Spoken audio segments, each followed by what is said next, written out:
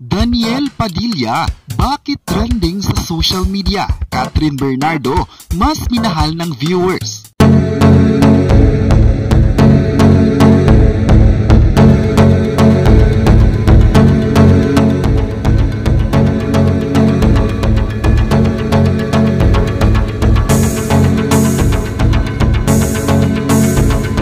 January 8, 2024, mainit na tinutukan ng netizens ang pagdalo ng Katniel sa isang event. Pero sa sitwasyon na ito ay hindi yung tipong magkasama sila tulad ng dati nilang ginagawa.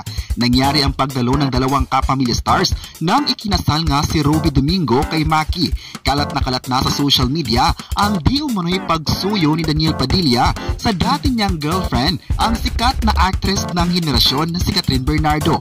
May mga video din ang lumabas na kitang-kita ang pag-akbay ni Daniel Padilla sa balikat ng kapamilya actress, kung saan napansin din ng netizens na tila nagkaroon ng limitasyon lang ng kanilang pagsasama. May netizen pa nagsabing parang hindi gusto ng kapamilya actress ang nasabing pangyayari ng dalawa dahil alam ng lahat na nagtapos na ang kanilang love team.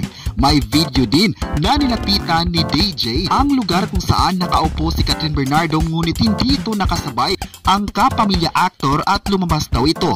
Marami talaga ang nagsabing sinusuyo raw ni Daniel Padilla ang sikat na kapamilya star sa isang event. Maalalang nagkaroon ng bagong appearances si Daniel Padilla sa kanyang figura, kung saan nagkaroon siya ng pagbabago sa estilo ng kanyang buhok at iba pa. Ayon pa ng mga fans, kahit nag-iba man ang estilo si Daniel Padilla, hindi pa rin mababago nito ang ginawa sa kapamilya actress. Alam daw ng mga fans na malaking pagkakabigo nila sa nangyaring breakup ng dalawang sikat na lovers. 2024 na raw, ngunit patuloy pa raw ang pagsuyo ng kapamilya act para kay Catherine Bernardo. Ayon pa ng kritiko, hindi maganda kung magkakabalikan ng dalawa dahil hindi pa nawawala sa isipan ng tao ang mga pangyayari kung saan pumabor sila kay Catherine Bernardo. Ang pangyayari raw ay mahirap magbigay ng isang salita laban sa kapamilya actor. Marami din sa mga fans ang nananatiling nagmahal kay Daniel Padilla. Sa event kay Ruby Domingo, nakita nila kung gaano nagpakita ng care si Daniel Padilla sa dalaga. Kaya dahilan na nagpakita din ng taga-suporta ng pagmamahal sa kanya. Hindi daw mawawala ang kanilang pagmamahal para sa aktor at kailanman susuportahan nila ito. May netizen naman na naniniwalang magkakabalikan pa ang dalawa dahil hanggang ngayon makitang tuloy na tuloy pa rin ang kapamilya actor sa pagbibigay ng atensyon sa dalaga. May nagsabi pa na sana magkakaroon ng panahon na magkakamabutihan na ang dalawa dahil alam ng mga fans na hindi kumpleto ang kanilang araw kung hindi nila mapapanood na magkasamang sikat na love team. Ayon naman ng expert, sa nangyari ngayon sa dalawa, posibleng may magkakaroon ng balikan dahil nakita nila na aktibo pa rin ang pagmamahal ng aktor sa babae. May mga video din na napanood ng fans na nakita nilang iba na talaga ang datingan ni Catherine Bernardo at Daniel Padilla sa isang event kung saan hindi na magkasabay at close sa isa't isa.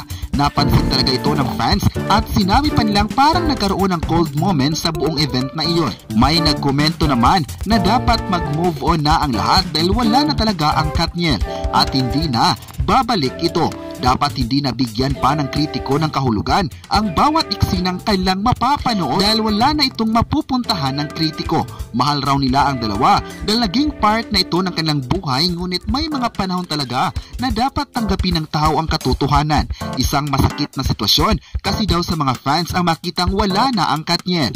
Malalang nagsimula ang lahat nang nagkahiwalay sila at nagbigay ng official statement.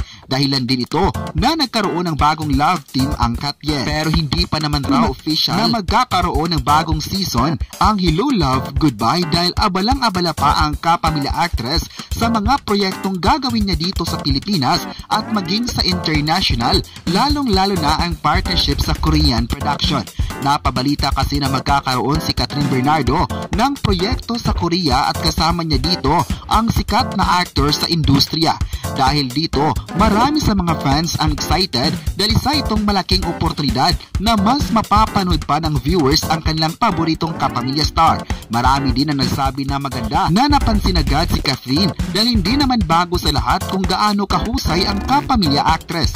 Bida ang kapamilya star sa ilang ABS-CBN serye na hanggang sa labas ng bansa umabot ang pagmamahal ng audience. Hindi raw kawalan para sa mga fans niya sa labas ng bansa, lalong-lalo na sa African territory. stories na hindi siya papanoorin dahil nakita ng fans na mas lumago pa ang showbiz career ni Catherine Bernardo, kung saan marami sa mga tao nag-follow sa kanya sa kanyang social media accounts. Kinilala si Catherine Bernardo bilang #1 highest number of followers sa Instagram na nakuha ng more than 20 million, kaya dahilan nito na mamahalin pa ng sambayanang Pilipino. Ayon pa nila, nasiyahan sila dahil kahit nagkahiwalay man sila ni Daniel Padilla, hindi pa rin ito naaapektuhan sa breakup. Mas nakita pa nila kung gaano ito lumago sa show business. Marami kasi sa mga fans ang nagsabing dapat maaapektuhan ng isang artist, pero sa sitwasyon kay Catherine Bernardo, hindi ito affected. Ano kaya ang masabi ng fans kung tuluyan na ngang lilisan ang Katniel Love Team? Susuportahan kaya nila ang bagong katambal ng Kapamilya star? Yan ang dapat tutukan ng lahat. May mga fans din ng Kapamilya actor na nagsabing darating daw ang araw na magiging okay ang dalawa dahil alam nila kung gaano ka-deserve ang Kapamilya stars ng kanilang space. Pero positibo pa rin na magkakaroon ng paghilom ang kanilang breakup. Pero may mga fans din naman ang hindi na gustong magkakabalikan pa ang dalawa dahil may mga napanood silang intriga sa mga pangyayari. Ayon pa nila, mabuti lang naman na maging masaya din si Catherine Bernardo sa mga susunod na journey ng kanyang career. Dapat maging masaya na lang sa mga darating pang proyekto ng dalawa. May netizen din naman ang nagsabing kahit nagkakaiba man sila ng love team ay susuportahan pa nila ito. Ang dalawang kapamilya ay magaling sa mga proyektong kanilang ginagawa. Bida sila sa mga projects kung saan tumatak sa mga viewers ang mga linyang nagpakilig at nagpapa-inspire sa kanila. Hindi na rin kasi mabilang ang mga awards ng dalawa nang nagkasama sila. Nakita ng mga fans kung ano ang mga awards ang nasungkit ng Kapamilya Love Team, kaya hindi madali para sa mga fans na kalimutan ito. Mas ipinakita pa ng fans na nalungkot sila kung hindi na magkakabalikan sina Catherine Bernardo at Daniel Padilla.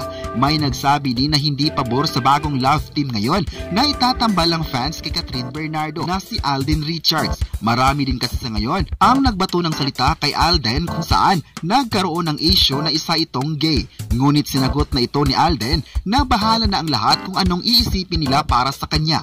Pagod na raw siya at malalang hindi din siya nagbigay ng anumang komento sa hiwalayan ng dalawa. Abalang-abala talaga ang Kapamilya star Catherine Bernardo sa endorsements ng mag-isa. Marami ang bumilib sa Kapamilya Queen dahil napanood nila kung gaano ito naging professional sa nangyari sa kanyang buhay.